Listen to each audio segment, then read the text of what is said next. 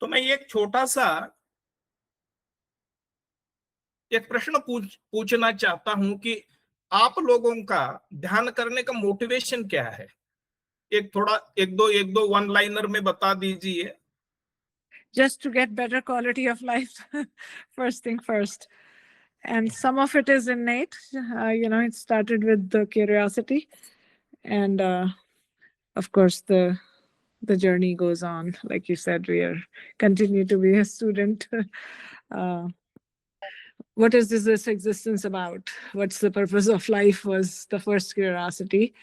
और फिर जब पहला कोर्स में एक्सपीरियंस हुआ कि वो है ही नहीं, कुछ ग्रॉसनेस सारा डिसॉल्व हो गया, तो ये लगा कि ये तो and I am a physician, I am a psychiatrist, तो लगा कि उधर science, I actually had just I was in first year of my med school, तो लगा कि उधर जो पढ़ रहे हैं और एक्सपीरियंस तो डिफरेंट है, और तो दोनों तरफ ही करना है अपना study, and that's how the journey went on. और फिर बाद में दूसरी और एक्सपोजर हुआ तो क्यूरियोसिटीज हुई कि ये मंत्र बेस्ड प्रैक्टिस कैसे होता है, क्या क्या उसका क्या लॉजिक है, तो उसमें भी थोड़ा सा ऐसे सोचा कि चलो 6 मंथ्स को फेयर ट्रायल करके देखते हैं क्या है।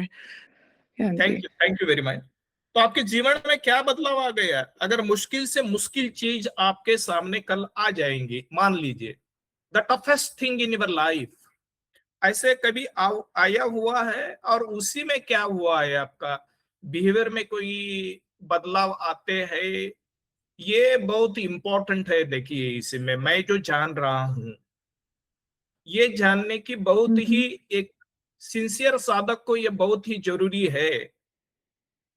मेरी कम साधना और कम समझ के साथ मैं इतना समझ गया हूं कि सही क्या समझना है।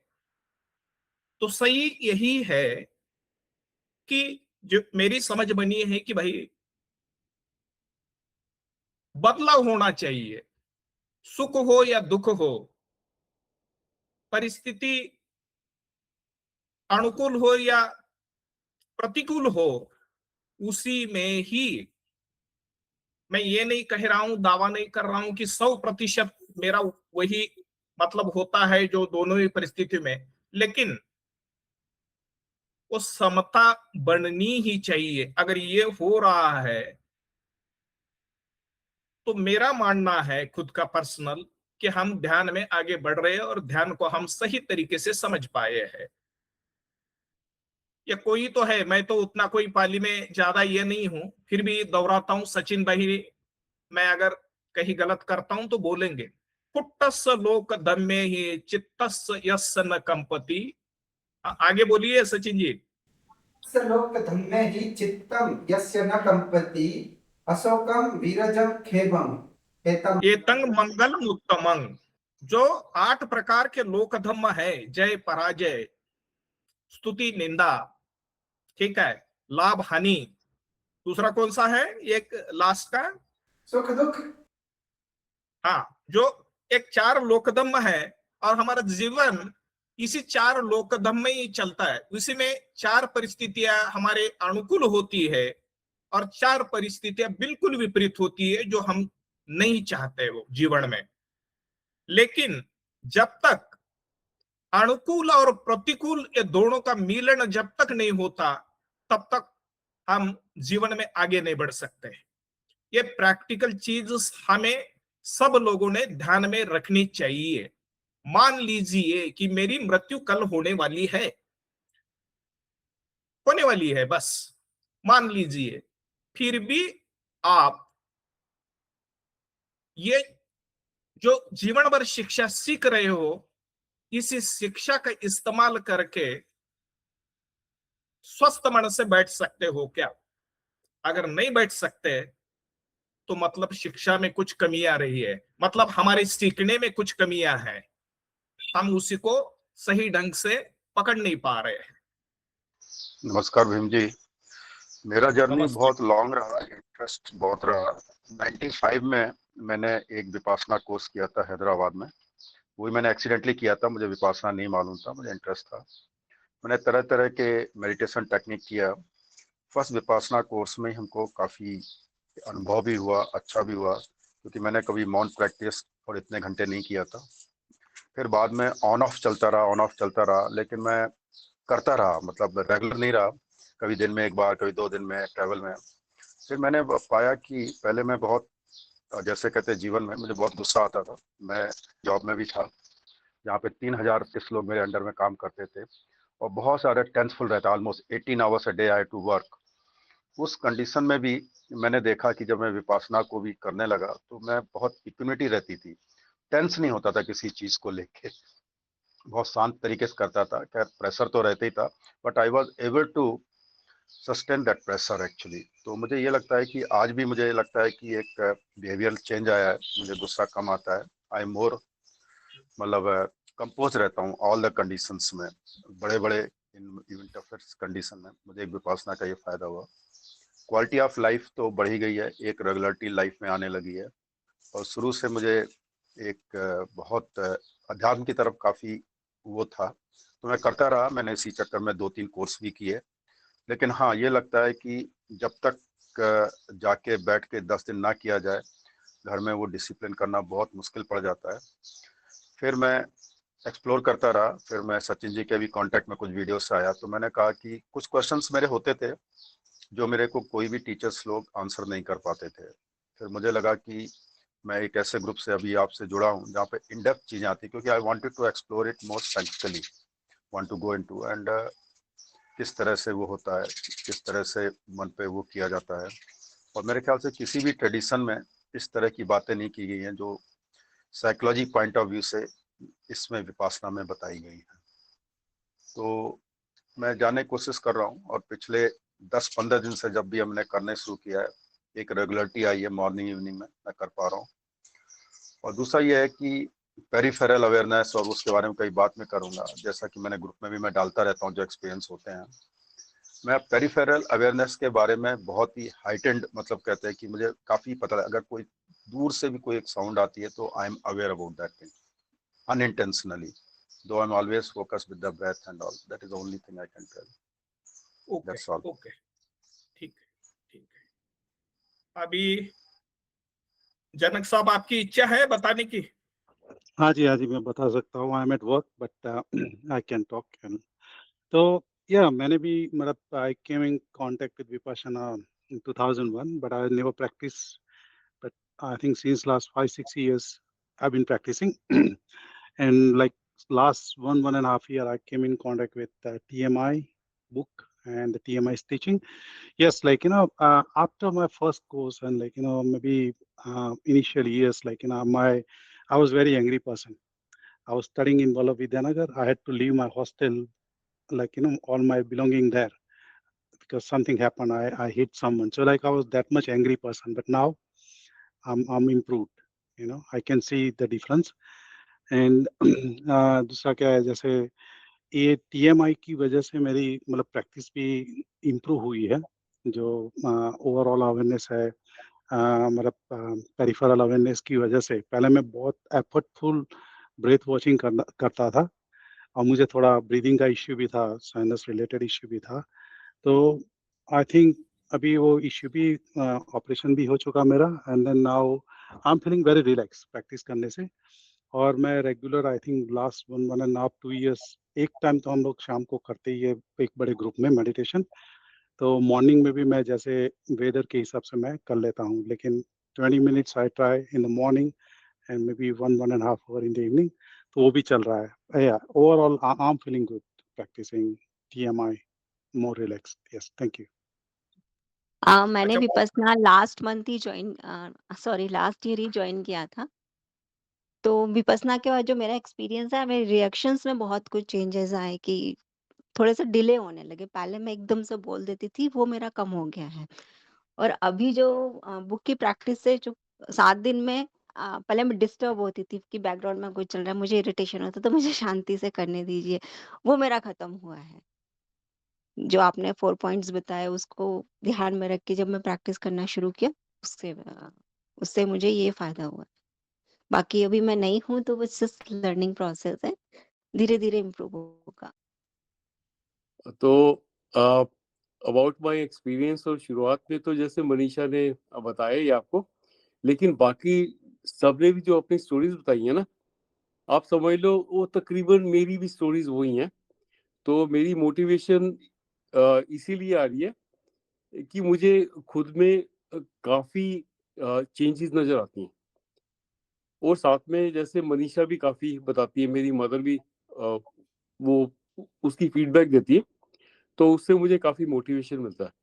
तो इस करके मैं रेगुलरली सिटिंग करता हूँ, और दिन में भी जब मुझे टाइम मिलता है तो मैं अपना, चाहे कोई 15 मिनट भी मिले, आधा घंटा मिले, तो उसे भी मैं यूज कर लेता हूँ। कहीं पे मैं गया हूँ, गाड़ी में बैठा हूँ, किसी की इंतजार करनी है 10-15 मिनट, तो कर लिया, या कहीं और भी चले गए आप, तो जहाँ पे भी मौका मिले तो मतलब कम से कम सेंसेशंस नहीं देख पाता तो सांस देख लेता हूँ अपना।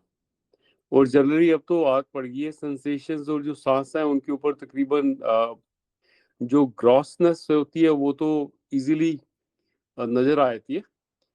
और कई बार उससे डिपेंड करता है, मतलब एक आदमी की फिक्स बैंडविड्थ है, आप कितना फोकस कर रहे हैं आपकी प्राइमरी एक्टिविटी पे, तो उसके हिसाब से हमेशा ही वो जो साइकिल है ना उसका, जैसे बॉडी को स्कैन करने का, वो चलता रहता है। और चलता रहता है, और बीच में फिर जो नॉस्ट्रल्स और अपर लिप के बीच में एरिया है, तो वहां पे आके टिक जाता है, कभी 30 सेकंड के लिए, 60 सेकंड के लिए, 1-2 मिनट के लिए। कई बार वो काफी अप्स एंड डाउन आते हैं लाइफ में, तो तो ठीक है, तो वो भी निकल जाते हैं। कई बार मतलब intentional breathing as a tool भी यूज करना पड़ता है, जैसे गोयंका जी सिखाते हैं, आप सबको पता ही होगा उस टूल के बारे में। तो ओवरऑल मतलब मेरी स्टोरी आप लोग की स्टोरी जैसी ही है। खुद में मुझे काफी चेंजेस नजर आई हैं, मनीषा को भी मेरे में काफी चेंजेस नजर आई हैं, मेरी मदर को चेंजेस नजर आई हैं, और मेरे फ्रेंड्स वगैरह भी कमेंट करते हैं, तो उससे मेरे में मोटिवेशन आता है, and I just keep going. Yes. ये जो ग्रुप है ये टीएमआई ओरिएंटेड ही होने वाला है 100%। जी हाँ, ये ग्रुप में मतलब हम विनम्रता पूर्वक बहुत ही क्या बोलते हैं, नोविस पीपल है, but outright we would like to, मतलब slowly we want to drop out some instructions कि this group could be especially for TMI only very soon। तो ये जी काम इसमें होने वाला है, क्योंकि हमें कोई ये नहीं है, परहेज नहीं है, लेकिन औरों को दिक्कत हो सकती है, आप लोगों को इसी में से आपकी दिक्कत कम हो, इसीलिए हम ये बता रहे हैं केवल, दूसरा और कोई हमारा मकसद नहीं है, ठीक है ना। हाँ, जी तो मतलब पर्सनली तो मेरा तो विपासना ही रहेगा मेन, लेकिन मुझे इसके बीच में काफी चेंजेस वगैरह नजर आ रहे हैं। जो विपासना वाला सिस्टम है ना, अगर हाँ, आप इसकी बुक के पीछे आप नोट्स में जाओगे ना, वो क्लियरली उन्होंने डिफरेंसेस बताए हैं। TMI is not opposing the Vipassana, means body cons. Actually, we should not use bodies Vipassana word also, because body scan is not Vipassana. Vipassana is clear-cut understanding of anicca based on arising and passing. But generally, everyone uses this word. What is Vipassana? Then they say body scan. Body scan is a technique. Vipassana can be done even along with anapan. If you are seeing anicca in the breath, arising and passing of the breath, you are with anicca. Your perception of anicca is there. Then you are doing vipassana. Forget about breath and body scan. Even in life, if you see somebody dying, then also there is vipassana. विशिष्ट रूप से आप देख रहे हैं। तो वो शब्द हम जनरली लोग बोल देते हैं विपसना विपसना विपसना, पर विपसना की यही व्याख्या है। The real definition of Vipassana is seeing impermanent, actually not even seeing impermanence, anatta दुख,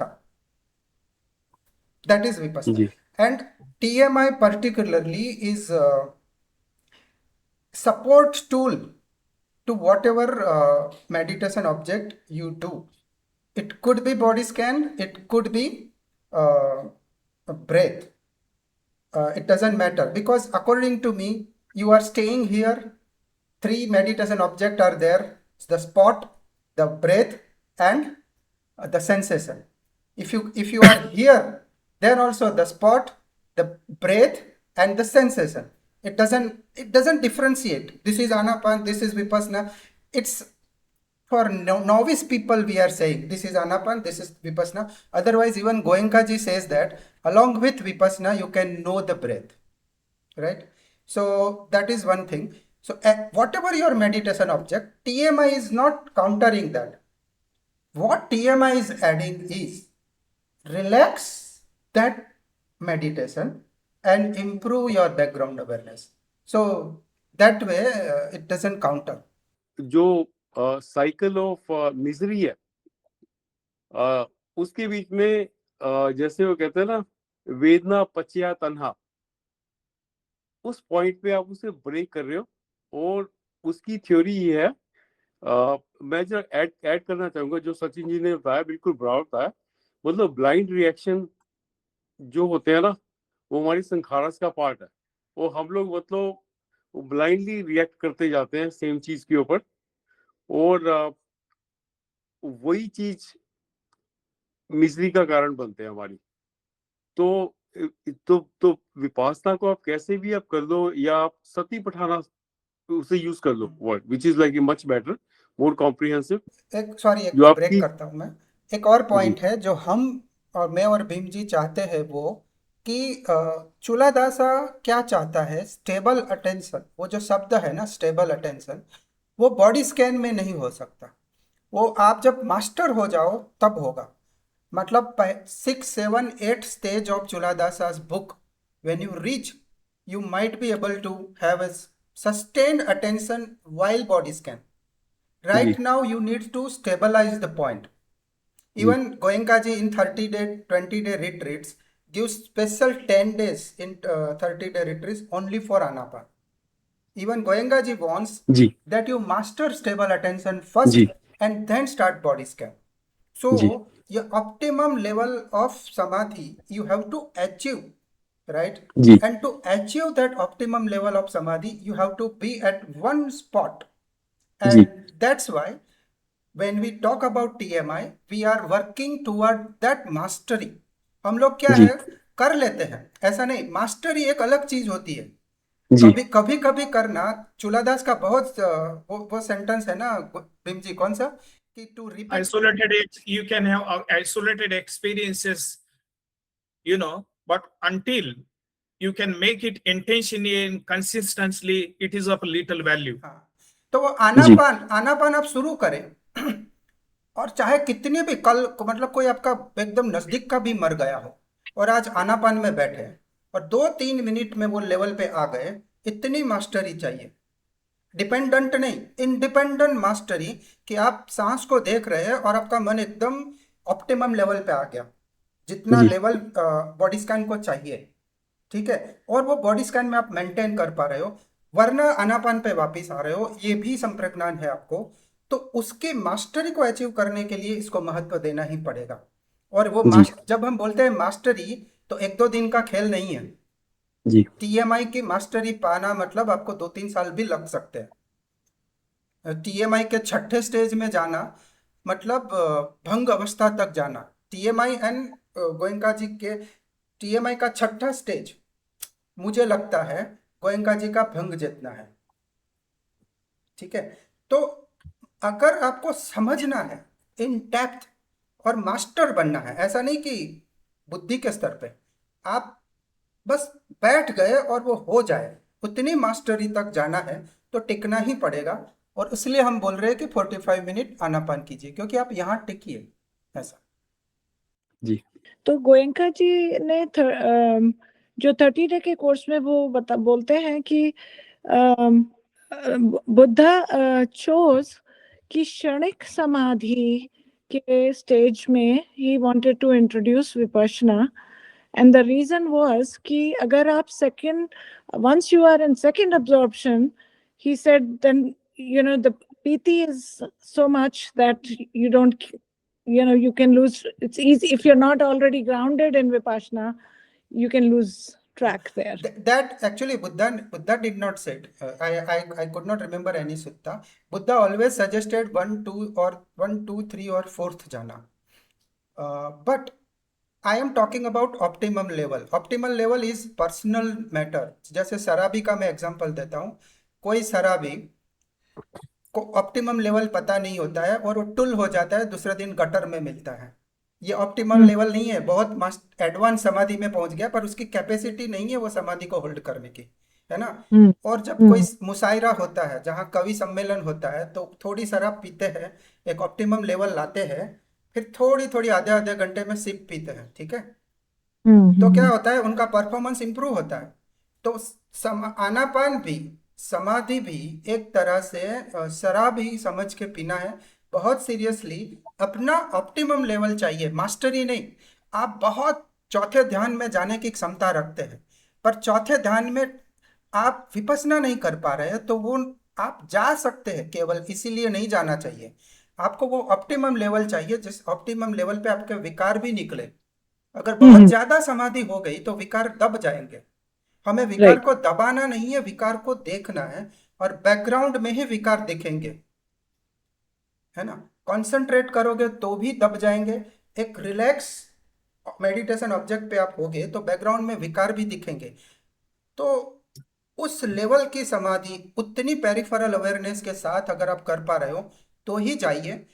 और बहुत कम कर दोगे तो भी नहीं होगा. क्षणिक समाधि आप करोगे तो काम आपकी विपස්සना की मास्टरी चाहिए पहले तो क्षणिक समाधि पे, और प्रथम ध्यान में समाधि की मास्टरी चाहिए. तो आपको ये बैलेंस करना चाहिए कि मेरी लेवल ऑफ वर्किंग क्या है, लेवल ऑफ अचीवमेंट नहीं, लेवल ऑफ वर्किंग. आप, मुझे विकार आ भी रहे हैं और मैं देख भी रहा हूँ और उससे अलिप्त भी हो रहा हूँ, तो आप ये ऑप्टिमम लेवल है, ऐसा समझ लीजिए. तो क्षणिक हो या उपचार हो, वो आप कर सकते हो, इसके आधार पे मत करना. विकार आने चाहिए उस लेवल पे. अगर विकार नहीं आ रहे तो आप जरूरत से ज्यादा समाधि कर रहे हैं, चाहे वो आनापान हो चाहे कुछ भी हो. तो I would like to tell you, each tradition is complete in itself. इसमें कोई प्रश्न ही नहीं है. But TMI is complete meditation, and I am being convinced it can take you to the final destination. 100% guarantee है. ये मैं समझ गया हूं. 9 महीने से प्रैक्टिस में TMI की कर रहा हूं और दूसरे भी ट्रेडिशन का मैं अभ्यास करके आया हूं. पिछले 12 साल से वही कर रहा हूं, लेकिन मेरे जीवन में कोई बदलाव नहीं आए थे. मैं समझ नहीं पाया था. चर्चा तो मैं जैसे एक ज्ञानी करता है, पंडित करता है, उस प्रकार से चर्चा कर रहा था, लेकिन मेरे जीवन में वास्तविक बदलाव कुछ भी नहीं आए थे. एंड अगर इसीलिए मैंने ये प्रश्न को छेड़ा है आज कि आपका मोटिवेशन क्या है, कि जीवन में शांति समाधान चाहिए या फाइनल गोल के तरफ जाना है. फाइनल गोल के तरफ तो मतलब छोटे छोटे स्टेप से ही जा सकते हैं. तो TMI is a complete integration of each and everything. It will take you, means it will all the while support you, it will help you. And I have found it personally कि superior, मैंने जो भी कुछ देखा है, it is far superior. I'm not exaggerating the things, but this is what I have seen personally. This is my personal experience. क्योंकि इसी में सब चीजों का सिंक्रोनाइजेशन होने चालू हो जाता है. जो अभी लोगों ने अभी जिस मुद्दों के ऊपर चर्चा की है, वो मुद्दे हम बाजू में रखेंगे कुछ समय के लिए, जब तक मैं मेरे खुद के उदाहरण से शुरू करता हूं. मुझे कुछ मेडिकल इश्यू हो गए हैं कोविड के दौरान में से और चल ही रहे हैं. तो अभी एक इश्यू से मैं सामना कर रहा हूं, एक मेडिकल इश्यू का।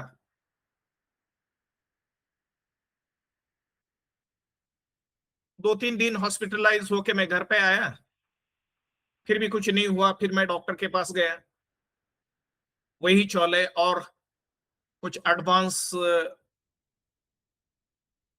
टेस्ट चालू है। तो 12 साल से ध्यान करने के बावजूद भी पूरा दिन मेरा वेस्ट चला गया पूरा। मेरा बेटा मुझे बोल रहा था कि पापा आप बहुत ही चिंतित हो, आपके चेहरे के ऊपर पूरे बदलाव आ गए हैं एक दिन में। और मुझे मालूम था ये तो मेरे अंदर तो चल ही रहा है, मेरे अंदर तो बहुत ही बड़ी मतलब वोल्केनो के under the earth, you know, lot many things happen before the eruption, volcanic eruptions, वैसा मेरे मन में चल रहा था। तो रात में जब मैं सो गया, बीच में मेरी नींद खुल गई 1, 2, 3 बजे, और ऑटोमेटिक मोड में मैं सोचने लगा कि मैं ध्यान क्यों कर रहा हूं। 12 साल से तो मैं ध्यान कर ही रहा हूं और ईमानदारी से कर रहा हूं, ऐसा नहीं है। लेकिन फिर भी मैं ये समझ गया कि मेरी समझ बनी नहीं है, मैं ध्यान किसके लिए कर रहा हूं, बुद्धा बता क्या रहे हैं, ये मैंने ठीक से नहीं समझ पाया हूं, इसीलिए मैं तकलीफ में हूं। मुझे डर लग रहा है मृत्यु का, मैं मृत्यु से डरता हूं ये मुझे।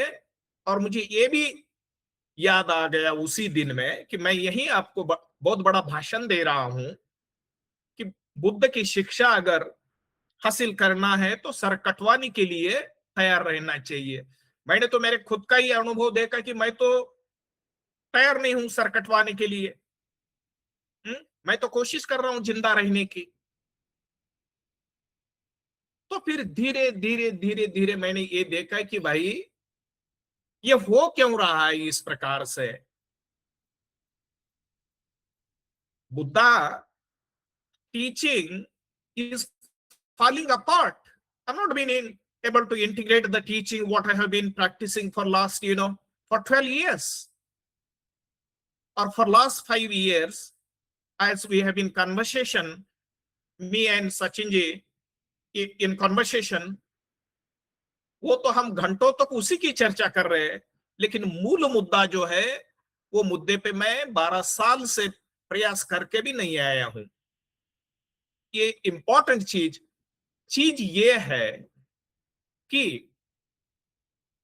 राग, द्वेष और मोह को तुरंत पकड़ने की कला जब तक हम सीखते नहीं कि मेरी अवस्था क्या है, अभी मेरा इलाज क्या है। ये तीनों डायग्नोस्टिक टूल्स है हमारे। ये डायग्नोस्टिक टूल में से इसमें मुझे इस्तेमाल कौन से चीज का करना चाहिए, तो ये जब तक हम पकड़ नहीं पाते, और ये पकड़ने के लिए ही चूलादास ट्रेन कर रहे हैं, ये मैं समझ गया हूं। आप कितना भी कोशिश करोगे, मुझे तो हुआ नहीं। अभी भी गंभीरता से मैंने अभी चालू किया है 1, 2 महीने से समझने के लिए। मैं ये किताब को भी एक नॉवेल की तरह पढ़ रहा था, फिर बाद में कुछ हुआ। मैं जिनसे सीख रहा हूं उन्होंने मुझे कुछ नहीं बोला, ज्यादा चर्चा नहीं करते, वो केवल इतना बोला कि स्टेप फर्स्ट से चालू करो। और तो मैं अंदर से हिल गया। फिर अरे मैं बोला ठीक है, मैं तो चर्चा करने वाला इंसान हूं, बहस करने वाला इंसान हूं, लेकिन उस दिन से मेरी बहस उनके साथ मैंने किया नहीं। ये केवल एक व्यक्ति है, उनके साथ मैंने कोई चर्चा नहीं, इंटेलेक्चुअल लेवल के ऊपर चर्चा नहीं की। मैंने काम करना चालू कर दिया। जैसे ही मैंने काम करना चालू कर दिया, without asking a question, as in corporate institution also, boss is always right, तो गुरु इज ऑलवेज राइट, ये समझ से मैंने काम करना चालू किया, और कदम कदम मैं चल रहा हूं तो मुझे उसका लाभ होने लगा है। तो अभी मैंने आपको जो मेरा मेडिकल एक्सपीरियंस शेयर किया, उसमें से मैंने ये समझ में आया कि जो मुझे करना है मैं भूल जाता हूं और सभी भूल जाते हैं। जब प्रतिकूल परिस्थिति आती है, प्रतिकूल परिस्थिति में, तो हमें मतलब याद करके कुछ होने वाला नहीं है। ये इंटेंशन का जो काम है, हम जो शुरुआती दौर से जो बोल रहे कि runner of this practice is intention है, हर समय इंटेंशन बनाना पड़ेगा। तो मैं खुद के प्रति प्रेम पूर्वक मैंने समझ लिया कि हाँ, तूने पकड़ लिया सही, तू डर क्यों रहा है, क्योंकि ये शिक्षा को ही तू पूरा छोड़ के चल रहा है। शिक्षा यही है, सुख हो या दुख हो, ठीक है, उसी में आपको धम्म को देखना चाहिए। तो मैंने तुरंत फिर बाद में रात में सोते सोते किया ये, मैंने अंदर से होने लगा। मैं केवल चिंतन को मैंने पूरा स्टॉप हो गया मेरा चिंतन, और मैं शरीर के तरफ, मेरे सांसों के तरफ मेरी नजर गई, और धीरे धीरे मेरे मन में जो कोलाहल चल रही थी वो धीरे धीरे समाप्त होना चालू हो गया, धीरे धीरे समाप्त होना चालू हो गया। अभी मेरे टेस्ट के हिसाब से सुधराव कुछ भी नहीं आया है, जो है होना है।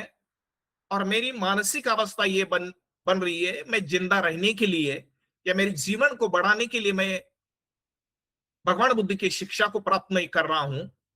मैं जीवन में ये शिक्षा केवल मतलब अंतिम जो स्थान है, मैं उसका शब्द प्रयोग भी नहीं करना चाहता, उसी के तरफ कदम कदम चलने के लिए मैं कर रहा हूं।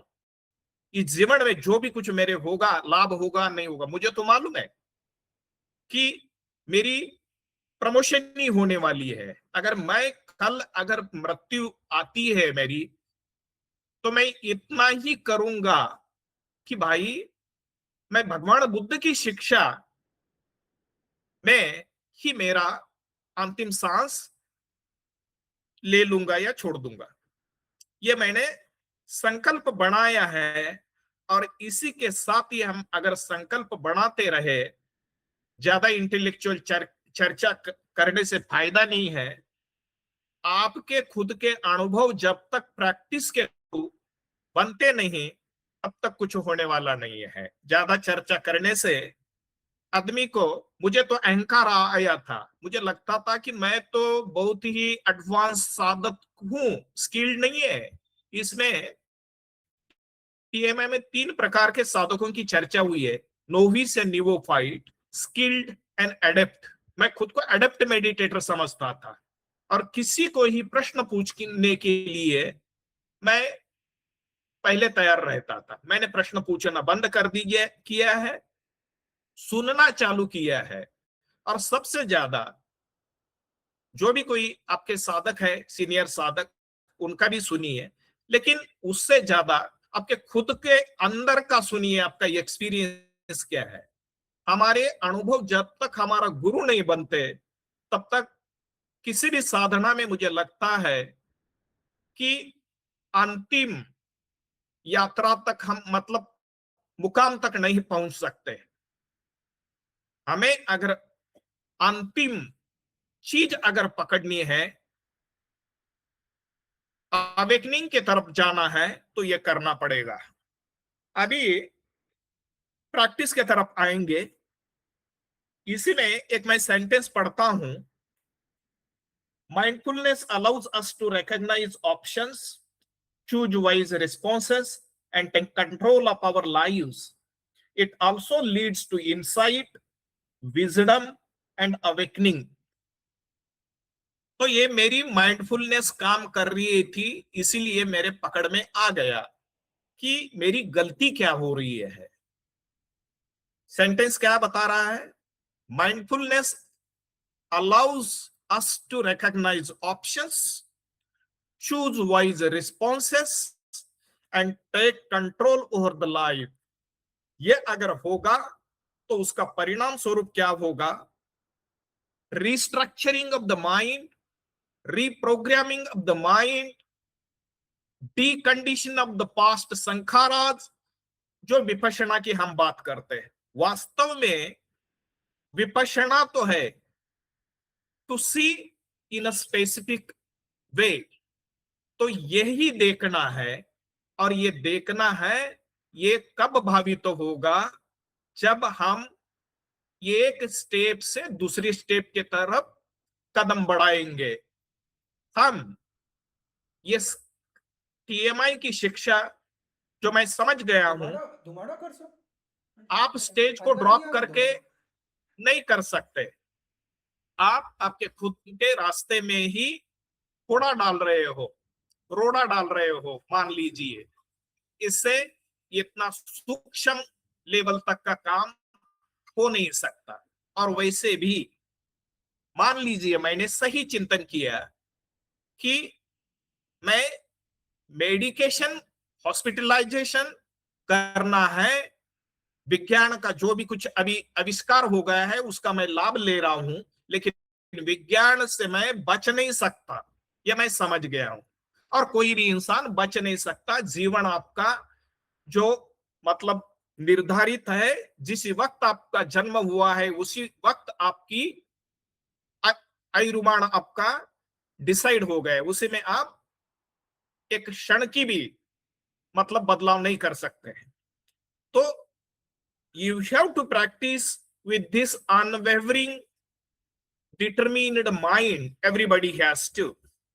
मैं अभी भी बोल रहा हूं, लेकिन और इससे ज्यादा अगर परिस्थिति बिगड़ जाएगी तो मेरी भी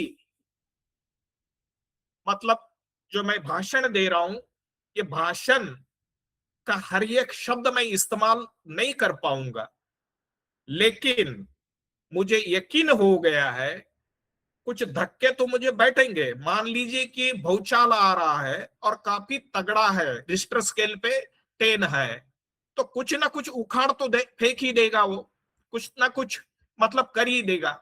लेकिन फिर भी मेरी अवस्था इस प्रकार से हो गई है, मैं संभल पाऊंगा। बस I will bounce back, I will bounce back, I will bounce back. तो ये अवस्था जब तक प्राप्त नहीं होती, ये नहीं समझ में आती। ये मैं समझ सीख रहा हूं अभी तो मैं novice meditator second first stage में ही काम कर रहा हूं। दूसरी बात ये है, कोई गुरु की हमें जरूरत नहीं पड़ेगी, हम कौन से स्टेज में हैं, खुद ही आपका ध्यानी आपका गुरु बन जाएगा, वो मैं देख रहा हूं, और आपको शिक्षा देना चालू करेगा कि भैया तू इस स्टेज में है अभी। और उसी में भी वो अवस्था में भी दिन की उथल पुथल, जीवन की उथल पुथल से अवस्था नीचे ऊपर होने चालू हो जाती है। इसीलिए मैंने एक प्रश्न पूछा था पहले सत्र में कि आइसोलेटेड एक्सपीरियंसेस हो सकते हैं, लेकिन अभी मैं उसको जोड़ रहा हूं वो चीज को। बट आज भी मैंने दोहराया था सचिन जी ने पूछने के बाद कि कंसिस्टेंटली, इंटेंशनली एंड परसिस्टेंटली वही एक्सपीरियंस क्यों होना चाहिए, इसी के ऊपर थोड़ा मैं जोर देता हूं। जब तक ये देखिए, जैसे कोई एक इंस्ट्रूमेंट, म्यूजिकल इंस्ट्रूमेंट बजा रहा है, छोटा बच्चा भी अगर हाथ लगाएगा तो उसकी आवाज निकलेगी और बहुत ही बढ़िया सही आवाज निकलेगी। लेकिन बच्चा तो सीखा कुछ भी नहीं है इंस्ट्रूमेंट बजाना, लेकिन इत्तेफाक से वो आवाज निकल गई है, कोइंसिडेंटली। हर समय वो निकाल सकता है या वो धुन बजा सकता है क्या नहीं, ये प्रश्न है। और वही धुन किसी भी अवस्था में 24 घंटा वो कब निकाल पाएगा, जब ईमानदारी से पूरा समझ के उसको नोट को अगर वो प्रैक्टिस करेगा, निरंतरता से रियाज करेगा, तो ये पॉसिबल है, मुमकिन है, वरना ये मुमकिन नहीं है। इसीलिए अभी दूसरी बात, जैसे मैं जिस परिस्थिति से गुजर रहा हूं, या आपको भी ये आने वाला है, सबको आने वाला है। मैं सचिन जी से ये चर्चा किया हूं, आज तो शरीर स्वस्थ है, हम बात कर पा रहे हैं। धीरे धीरे एक दिन ऐसा आने ही वाला है कि आप बिस्तर पे लेट जाओगे, you will be bed ridden, ठीक है, तभी ही साधना आपका काम करना चाहिए। इसी की तैयारी हम अभी से कर रहे हैं, क्योंकि कॉन्शियस ऊपर वाले शरीर की तो छूटने वाली है, अंदर की हम अनकॉन्शियस को या सबकॉन्शियस को कॉन्शियस बनाने का काम अभी से चालू कर दिए हैं, और वही सबसे शक्तिशाली है। न्यूरोसाइंस के अनुसार भी जो कोई कॉन्शियस है 10% मान लीजिए उसका बल होगा, लेकिन जो सबकॉन्शियस जिसको बोल रहे हैं अनकॉन्शियस बोल रहे हैं, हमारे लिए तो सबकॉन्शियस भी अनकॉन्शियस ही है, तो वो तो 90% है। उसी को जब तक हम टैप नहीं कर पाएंगे तब तक हम आगे नहीं बढ़ सकते। और चूलादास उसका गारंटी दे रहे हैं कि अनकॉन्शियस को कॉन्शियस कैसे बनाने का इसी का तरीका बता रहे हैं। दूसरा मैं सेंटेंस पहले भी पढ़ा था, आज भी मैं भूलना नहीं बोल के लिखा हूं, लेकिन मैंने ये तो रटे हुए है। Repeating simple task with clear intention can reprogram unconscious mental processes, they can completely transform who you are as a person. करना कुछ भी नहीं है, यही करना है। शुरू में जीवन में आसान चीजों का महत्व बहुत कम लगता है इंसान को। हम ये समझते हाँ ये तो मैं समझ गया हूं, आगे का बताइए थोड़ा। आगे कुछ भी नहीं है, जो भी कुछ है अभी वर्तमान में है और आसान चीजों में ही है। तो करना यही है कि साधना क्या है। शुरुआती दौर में फर्स्ट स्टेज या सेकंड स्टेज की साधना यही है। आप क्या कर रहे हो, सांस के ऊपर ध्यान, आपकी मेडिटेशन, दो चीज को हम बैलेंस कर रहे हैं यहाँ। एक है अटेंशन और दूसरा है माइंडफुलनेस या पेरिफेरल अवेयरनेस। तो अटेंशन और पेरिफेरल अवेयरनेस ये दोनों का इस्तेमाल करके हम अटेंशन को स्टेबल बना रहे और माइंडफुलनेस को कल्टीवेट कर रहे हैं। ये दोनों ही चीजें एक साथ होनी चालू हो जाती है। कैसे हो जाती है इसी के ऊपर भी मैं चर्चा करने के लिए तैयार हूं, लेकिन वो समय बर्बाद हो जाएगा उसी में ये करके। आप करना सीखो। What is optimal interaction. ये देखिए, हम जो एनर्जी ले रहे एक ही सोर्स है, वो कॉन्शियसनेस है, और वो बहुत ही अल्प है। उसी की अगर शक्ति बढ़ाना है, उसी को अगर गाड़ी में फ्यूल डालना है उसी के लिए, तो अटेंशन स्टेबल होने चाहिए, पेरिफेरल अवेयरनेस भी मजबूती से काम करनी चाहिए। उसी की और आगे चलेंगे, छठे स्टेज पर या पायदान तक जब जाएंगे तब अटेंशन हमारा केवल स्टेबल अटेंशन नहीं, अटेंशन स्टेबल एफर्टलेस अटेंशन बनेगा, और हमारी पेरिफेरल अवेयरनेस काफी स्ट्रांग बन जाएगी। ये दोनों मिलके इस प्रकार से ऐसा लगेगा कि आप मतलब कष्ट न करके आपकी ध्यान मतलब 24 घंटा आप उसी अवस्था में से गुजर रहे हो। तो ये जब तक नहीं होता तब तक मुझे लगता है, मैं ये नहीं कह रहा हूं कि कोई नहीं सकता दूसरी तरफ से, लेकिन ये जो रास्ता है, मान लीजिए 100 किलोमीटर की दूरी आप मान लीजिए कार से आप 2 घंटे में पार कर सकते हो, तो इससे आप मुझे लगता है 2 घंटे के बजाय आपको 20-25 मिनट में ये काम हो जाएगा। इतना तेजी से ये आपके जो भी कोई ट्रेडिशन हो, ट्रेडिशन से मुझे कोई मतलब नहीं है, और मैं परहेज ही नहीं रखता हूं किसी से। मैं तो सब मतलब पूरा लेने के लिए तैयार हूं, but I will do in integrated way. सबसे बेहतरीन मुझे ये किताब लगी, और उन्होंने जो साइंटिफिक वे से, जैसे सक्सेना साहब बोल रहे थे, पूरा न्यूरो साइंटिस्ट है वो जॉन एड्स, उस पूरा उन्होंने उनकी जो 40 साल की जो साधना थी उसको निचोड़ जो है वो TMI में डाल दिया है। और ये कोई मेरे कहने का मतलब ये है कि चूलादास का आविष्कार नहीं है, ये बुद्धिज्म का ही आविष्कार है। तो इसी को इकट्ठा करने का काम कर रहे हैं, और ये बिल्कुल ये इस प्रकार का रेमेडी है, पैनासिया है। ये आपको बिल्कुल मतलब आपकी जो गंतव्य स्थान है वहां तक पहुंचा सकता है। मैं कन्विंस किसी को नहीं कर रहा हूं, जिसको जो करना है वो करे, क्योंकि आप तो सभी एडल्ट साधक हो, लेकिन इसी के सिवा कोई पर्याय नहीं है।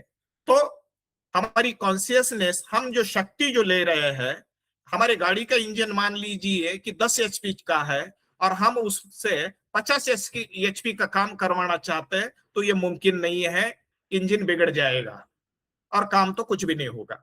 इंजन की अगर शक्ति बढ़ाना है, उसका हॉर्स पावर बढ़ाना है, तो पहला कदम यही है कि अटेंशन को स्टेबल करिए, पेरिफेरल अवेयरनेस को स्ट्रांग बनाइए, धीरे धीरे धीरे वही काम करिए।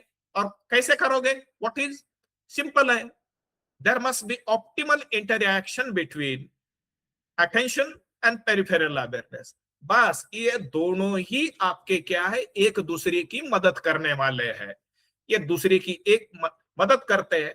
दूसरी बात यह है, अब प्रश्न ज्यादा मत लाइए, जितना ही इन्वेस्टिगेटिव या क्यूरोसिटी से आप काम करोगे तो आपकी इंटेलेक्चुअल पावर बढ़ेगी, लेकिन जो आपकी समझ, इंट्यूशनल पावर जो है वो बढ़ेगी नहीं। इसीलिए हमें इधर लिखा है, क्या लिखा है? Mindfulness allows us to recognize options, choose wise responses, and take control of our lives. It also leads to insight, wisdom, and awakening. यही तो फाइनल गोल है इसी का, और ये फाइनल गोल हम इसी में बिल्कुल मतलब कर सकते हैं, उसमें कोई दो बातें नहीं है। मैं यहां से बोलना तो काफी था, लेकिन समय की पाबंदी के बद्दी से मैं अभी यहाँ रोक लगा देता हूं। अभी सचिन जी के लिए, आपके लिए, जो भी कुछ सचिन जी कुछ बोलना चाहते हो तो बोले, या आप लोग कुछ पूछना चाहते हो मुझे भी पर्सनली कुछ, तो आप पूछ सकते हो, इसमें कोई अगर आपको दिक्कत है तो। भीम जी, ये स्टेज 1 के बारे में हम कब शुरू करेंगे? एक अभी अगले इसी में वन स्टेज का तो इनडायरेक्टली बोल दिया है मैंने। वन स्टेज क्या करना है, एक ही करना है, सांस के ऊपर ध्यान, ठीक है, वो आपको चकमा देगा ही, उसी को अप्रिशिएशन करिए, दूसरी स्टेज। और अप्रिशिएशन के बाद में फिर पीठ थपथपा के बाद में आप उसको रिसेंटर करोगे। ये तीन ही है। मतलब ये देखो, साधना बहुत आसान है, साधना चालू हो गई है। फर्स्ट स्टेप नहीं है, फर्स्ट सेकंड थर्ड स्टेप की साधना चालू हो गई है, इसको समझ लीजिए आप। साधना का ये मैंने जो मुद्दे बता रहा हूं, ये उसकी आत्मा है, जान है उसकी। ये नहीं करोगे, केवल स्टेज के ऊपर जाओगे तो कुछ नहीं होने वाला। ये तीनों स्टेज में और आगे जो बदलाव आगे अलग रहेंगे, लेकिन ये मूल बात तो यही रहेगी कि आपको सांस के ऊपर ध्यान रखना है। और उसी में और एक मैं जोड़ देता हूं, जैसे जनक भाई बता रहे थे कि एग्रेसिवली जितना करोगे, मैंने पहले ही पंछी का उदाहरण दिया था, कस के पकड़ोगे तो मर जाएगा, और एकदम ढील दोगे तो भाग जाएगा, उड़ के जाएगा। उसी प्रकार से हमें केवल सांस, ये देखिए, सांस लेना आपके शरीर का काम है या आपका काम है? ये मैं प्रश्न पूछ रहा हूं। सांस लेना आपका काम है या शरीर का काम है? शरीर का। मनीषा मैडम, शरीर का काम है। तो शरीर को करने दीजिए ना, शरीर का काम है, शरीर को करने दीजिए। हमारा काम केवल उसका दर्शन करना है, और ये अगर आप कर पाओगे तो आपको कुछ करने की जरूरत नहीं। The whole nature will come to your rescue, the whole nature will come to your rescue. हम खुद ही हमारी एग्रेसिव नेचर से उसी में बाधा डालते हैं। मैंने तो इतने दिन तक ये समझ नहीं पाया कि मैं खुद ही उसको रोक रहा था कि मुझे जल्दी जाना है। इसीलिए चूलादास ने भी, बहुत मास्टर लोग भी नहीं पकड़ पाते इस बात को, बट सारी साधना इसी बात पे डिपेंड करती है कि आपको सांस नहीं लेना है, और यहीं पे भटक जाते हैं लोग। साधना के 3 पहलू मैंने बता दिया, अभी दोहराने की जरूरत है। मैं बोलता हूं, सांस की तरफ ध्यान रखिए। अगर भटक गया तो भटकने के बाद एक गलती होती है, हम उसी की पीठ नहीं थपथपाते। पीठ नहीं थपथपाओगे तो बदलाव नहीं आएगा। पीठ अगर उसकी थपथपाओगे, उसको बख्शिश दोगे, उसको अप्रिशिएट करोगे, मतलब इंट्रोस्पेक्टिव अवेयरनेस को आप बढ़ावा दे रहे हो।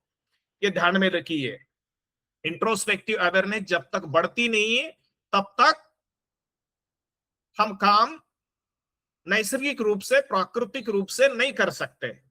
हाँ, ये करना ही पड़ेगा हर बार। और उसी के साथ और भी उसी में एक जोड़ देता हूं, आपको खुश होना चाहिए, मुस्कुरा के उसकी पीठ थपथपाइए। हाँ, अरे इसने तो चकमा दिया, ये तो देखूंगा इसको, ये करेंगे, तो आप आपके रास्ते में रोड़ा डाल रहे हो। हाँ, ये चीज। और तीसरा, रिसेंटर करिए। और 4 जो इंटेंशन मैंने बता दिए, कौन सा?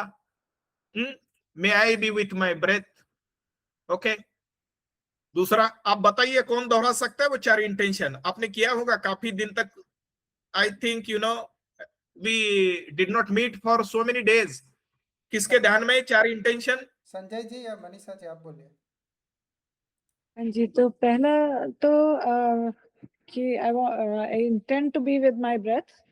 दूसरा है कि I want to be open to the peripheral awareness, peripheral space. तीसरा, I want to be aware whenever I get distracted from my breath. और चौथा है कि I want to be aware of whatever is going on in with my breath as the peripheral awareness. हाँ, every means सब sense द्वार पे भी बाहर भी कुछ हो रहा है, उसी के आपने बोल दिया। Okay, congratulation. तो लेकिन आप ये कर पा रहे हो क्या? इसी की ट्रेनिंग करना मुश्किल है, यही करना पड़ेगा निरंतर, यही साधना है, और कुछ साधना नहीं है।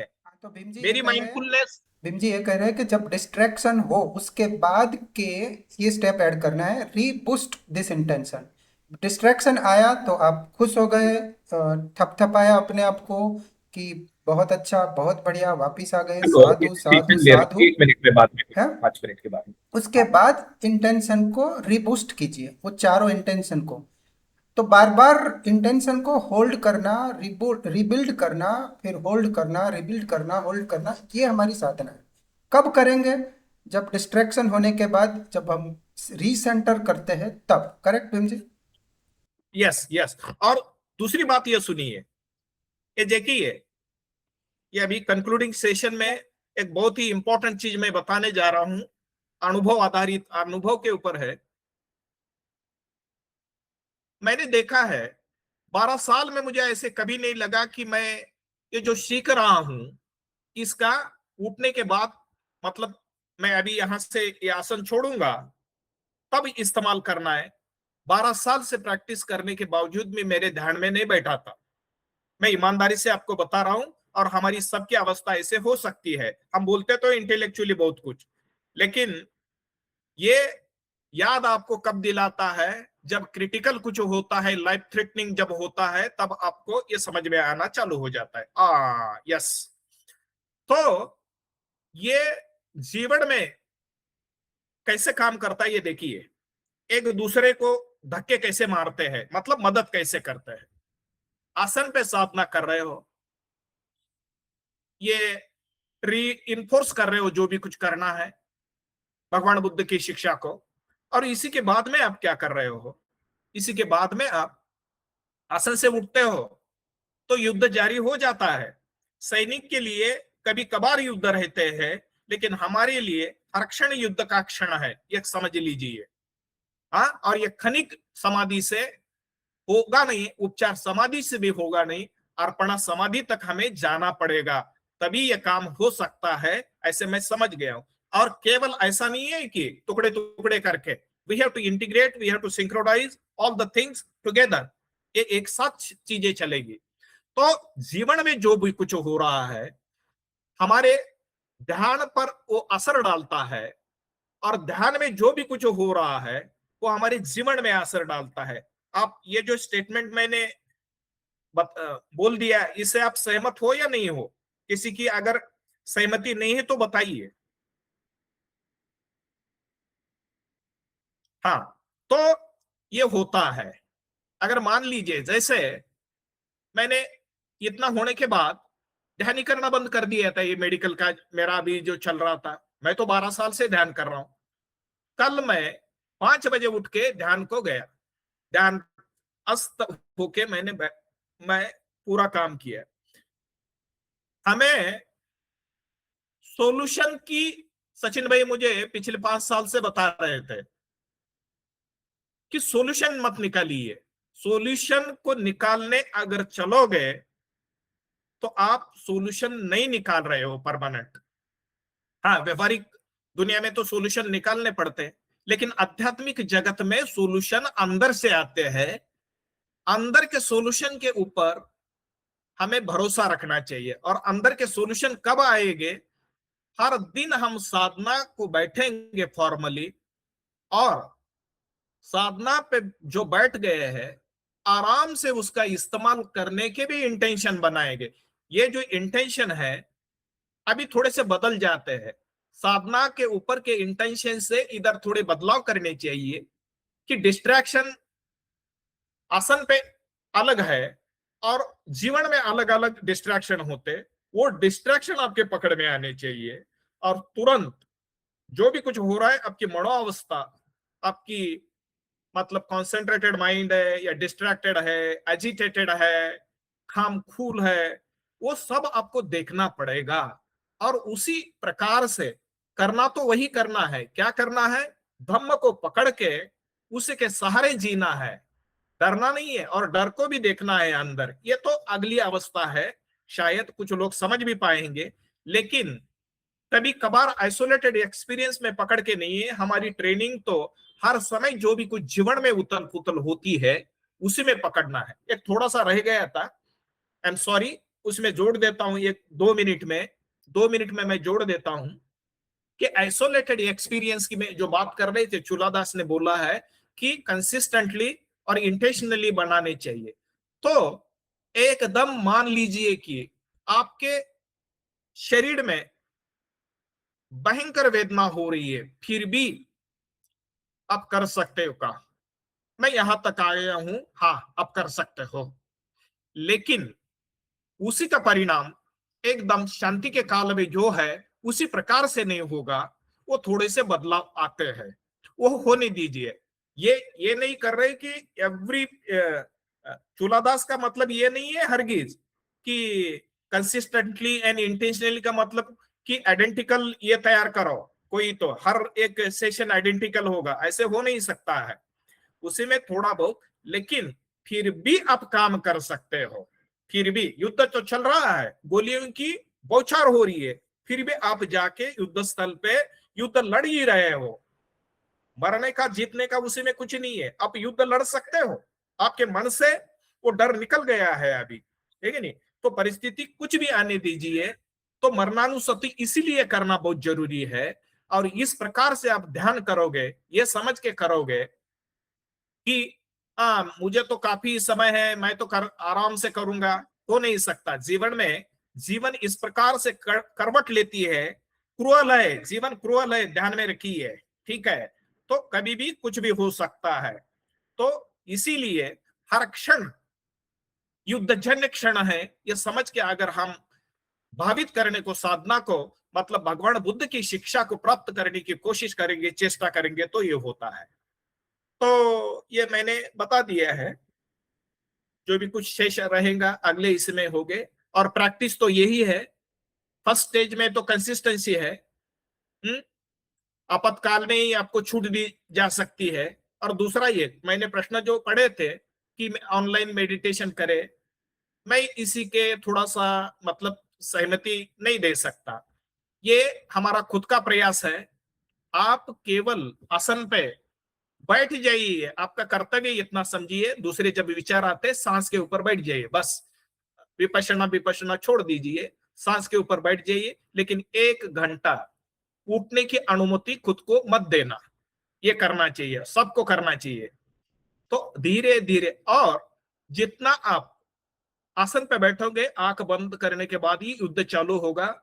अरे अभी तो 1 घंटा हो, आधा घंटा हो गया, ये हो गया, होता कुछ भी नहीं है। 1-1 मिनट 1-1 घंटे जैसा लगता है। और ये लगता इसीलिए है कि हम उसी को एक्टिविटी बना रहे। एक्टिविटी बनाना बंद कर दीजिए, उसको एंजॉय करिए और समझिए। खुद को समझने के लिए सब कुछ प्रयास चल रहे हैं हमारे। हाँ, ये 1 घंटा छूट नहीं दी सकती। दूसरे हिस्से में वही करना है जो मैंने अभी 3 ये बताया है। कौन सा? सांस के ऊपर रहना है, छूट जाएगा। पीठ थपथपाना है, पीठ इसीलिए थपथपाओगे, इंट्रोस्पेक्टिव अवेयरनेस बढ़ेगी। पुनः मैं वो बोलता नहीं हूँ और meeting धीरे चालू। धीरे मेटाकॉग्निटिव अवेयरनेस भी मीटिंग बढ़ने चल का रहा काम है, चालू हो गया है। ये सभी एक साथ काम कर रहे हैं। फिर बाद में उसको रीसेंटर करोगे, क्योंकि वो साधना है रीसेंटर करना। आपके मन के जो डिस्ट्रैक्शन है, मन को, अनकॉन्शियस मन को आप क्या कर रहे हो, कॉन्शियस बना रहे हो उसी प्रोसेस से, और कुछ करने का नहीं है नया। ये करोगे और फिर बाद में वो इंटेंशन फोर तो ये है। अगले चरण में, अगला जब भी कभी होगा, तब मैं इंटेंशन इन रियल लाइफ में या ऑफ द क्वेश्चन पे क्या रहते हैं मैं बोल सकता हूं। अभी मेरा परमानेंटली आज के लिए खत्म हो गया है। किसी को अगर पूछना है या कुछ सचिन भाई को कुछ बताना है, इलिस्ट्रेशन देना है तो दे सकते हैं। तो ये क्वेश्चन है कि जैसे पैट ऑन द बैक वाली बात कर रहे हैं, तो आई रिमेम्बर कि मेरा भी एक ऐसा स्टेज था जो जब मुझे लगा कि ये सिस्टम मेरे को नहीं हेल्प कर सकता because it's too challenging. And उस फेज में ऐसा था कि वो गिल्ट साइकिल था कि ये तो होता ही नहीं है। तो आई अंडरस्टैंड, टोटली अंडरस्टैंड कि why that pat on the back is important. It was very important at that time, but as the time goes on and as it becomes more I mean, it's a big thing to say effortless in my stage right now even, but अभी ऐसा है कि वो सीधा ही without any emotion, guilt नहीं होता है, तो वापस आ जाता है इजीली। गया जब भी रिकॉग्नाइज लेटर वापस आ गया, तो उसमें कोई हर्ष तो नहीं कि not to indulge in the pat in the back thing, right.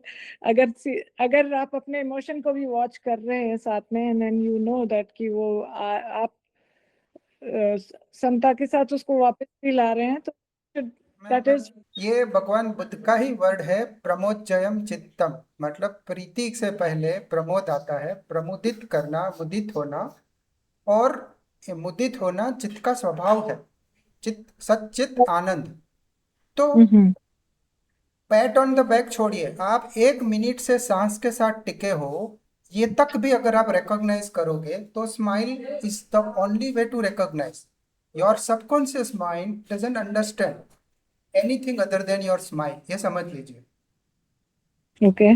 तो अगर आपको कोई डिस्ट्रैक्शन नहीं भी है और 1 मिनट से आप टिक गए हो, तो उसको भी रिकॉग्नाइज करने का यही तरीका है कि स्माइल। वाओ, 1 मिनट से मैं सांस पे टिका हूं और अपने आप कोई विचार नहीं आया। वाओ, साधु साधु साधु। ये कंटिन्यूअस रहना चाहिए, वरना उस निब्बाणम परमम सुखम वाली जो स्टेट है वो आप नहीं समझ पाओगे। How to pass through this, जो आपको ट्रेन करना है वो थ्रू स्माइल ही करना पड़ेगा। Smile is the only tool by which you are training your mind. तो भले ही आप इमोशनली स्टेबल हो, फिर भी सिखाना क्या चाहते हो उस बात को आपको आइडेंटिफाई करना पड़ेगा कि वाह, वापस आ गया, उस वापस आ गया इस बात की स्माइल। समझ रहे हो ना? हाँ जी, हाँ जी। ऐसा नहीं है कि मैं इमोशनली अनस्टेबल था, अब स्टेबल हो गया, वो तो आप है ही, पर अब कुछ नया सिखाना। जो नया सिखाना है उसको स्माइल के थ्रू ही सिखाना पड़ेगा, और उसको कमांड से नहीं। वो अपने आप वापस आ गया, इमोशनल स्टेट में था, वापस आ गया, सांस पे आ गया और प्रेजेंट मोमेंट में आ गया। वाओ, स्माइल, ऐसा। Okay, thank you.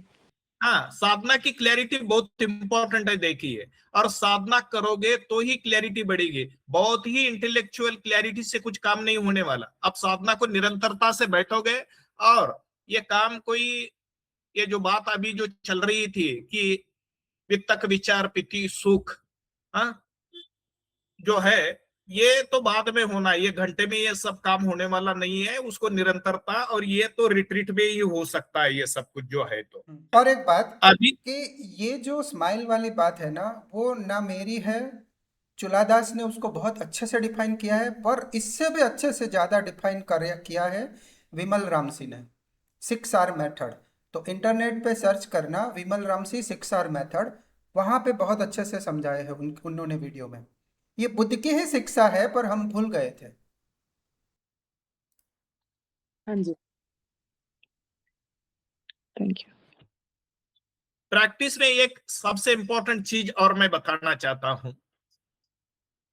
प्रश्न भी स्टेप से आगे नहीं होने चाहिए। और उसके पीछे भी नहीं होने चाहिए। और साधना से आगे के भी प्रश्न अगर पूछना चालू करोगे तो प्रश्न इंटेलेक्चुअल रहते। मैंने ऐसे पूरा जीवन भर मेरा प्रश्न पूछने में ही गया है। मैं विस्तार से आप लोगों को ये बता चुका हूं। पूरा जीवन मैंने प्रश्न पूछने, क्योंकि मैं तो टाइम्स ऑफ इंडिया का रिपोर्टर था। हाँ, प्रश्न पूछना मेरा काम था। सोनिया गांधी को प्रश्न पूछा है मैंने, काफी लोगों से मतलब मेरा प्रश्न पूछना हुआ है। तो प्रश्न पूछने से बस बात बनती है, लेकिन प्रश्न इसीलिए पूछने चाहिए कि हमें कोई दिक्कत है तो प्रश्न आना चाहिए। नहीं तो खुद के, मेरी समझ ये बनी है, खुद के प्रश्न का 95% जवाब हमें साधना से ही अंदर से मिलता है। प्रश्न क्यों नहीं पूछने चाहिए? ये रोक नहीं है, ये कोई अरोगेंस नहीं है, ये समझ लीजिए। आपके भले के लिए, मेरे भले के लिए मैं बोल रहा हूं, ये सीख गया हूं। ज्यादा प्रश्न पूछेंगे तो एक सटल वे से अहंकार आता है कि मैं जानता कुछ हूं, लेकिन वास्तव में तो हम जानते नहीं है जितना प्रश्न पूछ रहे हो, और समझ में ही नहीं आता, शब्द शब्द रह जाते हैं। शब्द को भावित करने के लिए प्रैक्टिस की जरूरत है, अनुभव की जरूरत है, खुद के अनुभव की। मेरा अनुभव आपका नहीं हो सकता, आपका अनुभव मेरा हो नहीं सकता। और मुझे लगता है कि भगवान बुद्ध ने ही यही बताया है। हाँ जी। प्रश्न इतना ही पूछना जरूरी है अभी। ये इसी में मैं ये करता हूं कि प्रश्न भी सीमित हो, मतलब उसकी ये कि ये साधना देखो इसी में चल रही है। सांस के ऊपर रहना है, नंबर 1। सांस तो धोखा देगी ही, फिर उसी का जब आएगा, मतलब उसी को स्पॉन्टेनियस इंट्रोस्पेक्टिव अवेयरनेस ऐसा नाम दिया है चुलादास ने। स्पॉन्टेनियस इसीलिए दिया है कि आप कुछ कर नहीं रहे हो, खुद आ जाता है, ठीक है। और तीसरे स्टेज में जाओगे तो धीरे धीरे वो कंटिन्यूअस बनना चालू हो जाता है। सांस के ऊपर आप टिके रहते हो, हल्की सी सांस रहती है, क्रिस्टल क्लियर एंड क्रिस्प नहीं रहती है, विविड नहीं रहती है, फिर भी आप बने रहते हो। लेकिन पूरा माइंड में कैसा रहता है? Mind is very hazy, mind is very foggy, very unclear. You don't know what exactly you are doing and you are just marching toward the subtle dullness. ऐसा है, वो होता है। तो यही हमें ध्यान में रखना बहुत जरूरी है। तो साधना यही है। और मुझे लगता है मैं पिछले 6 महीने से सेकंड थर्ड में ये काम कर रहा हूं, और मेरा मानस ये है कि और 2-3 महीने इसी के ऊपर मैं निरंतरता से करने वाला हूं। आपने पूछा तो नहीं है, लेकिन मैं करने वाला हूं, क्योंकि मैं ये समझ गया हूं किताब की खूबसूरती कि पहला स्टेज दूसरे स्टेज को बढ़ावा देने वाला है, दूसरा तीसरे को देने वाला है। अगर मेरी फाउंडेशन, और ये नोविस क्या है, नोविस के लिए क्या है, फाउंडेशन बना रहा है। चौथी स्टेज में जाऊंगा तो मैं स्किल्ड मेडिटेटर बनूंगा। जानकारी तो मैंने सब लिया है किताब का, लेकिन जानकारी लेने से कुछ होने वाला नहीं, करने से होने वाला है। मैं तो 2-3 महीने शायद उसको भी एक्सटेंड कर सकता हूं, लेकिन मैं मेरा फाउंडेशन एकदम सॉलिड, रॉक सॉलिड बनाना चाहता हूं कि किसी भी, कोई कितना भी रिश्टर स्केल का अगर भूचाल आए तो उसको उखाड़ न फेंके। वैसा करना चाहिए। किसी को अगर लगता है कि सवाल जरूरी है तो बेधड़क पूछिए, सवाल अपने पास मत रखिए। आपको लगना चाहिए कि हम साधना के जुड़ा हुआ सवाल है तो जरूर पूछिए भीम जी, और मुझे तय करने दीजिए कि जवाब के आधार पे तो हम जवाब में ही इंटीग्रेट कर देंगे कि ये जरूरी है कि नहीं। तो आप बेधड़क पूछिए। ये गोयनका जी का जी वो जो सेंटेंस है ना कि 10 दिन के लिए आप आए हो तो सब छोड़ के इस साधना को पूरा का पूरा वेटेज दीजिए। बस इस बात को समझना कि करके देखना है, वो इम्पोर्टेंट पार्ट है। प्रश्न इसलिए पूछे रहे हैं, प्रश्न के अधिकार आपके पास है क्योंकि आप इस साधना को कर रहे हैं, तो आप अधिकारी है पूछने के, और वो प्रश्न जरूरी है कि नहीं हम तय करें।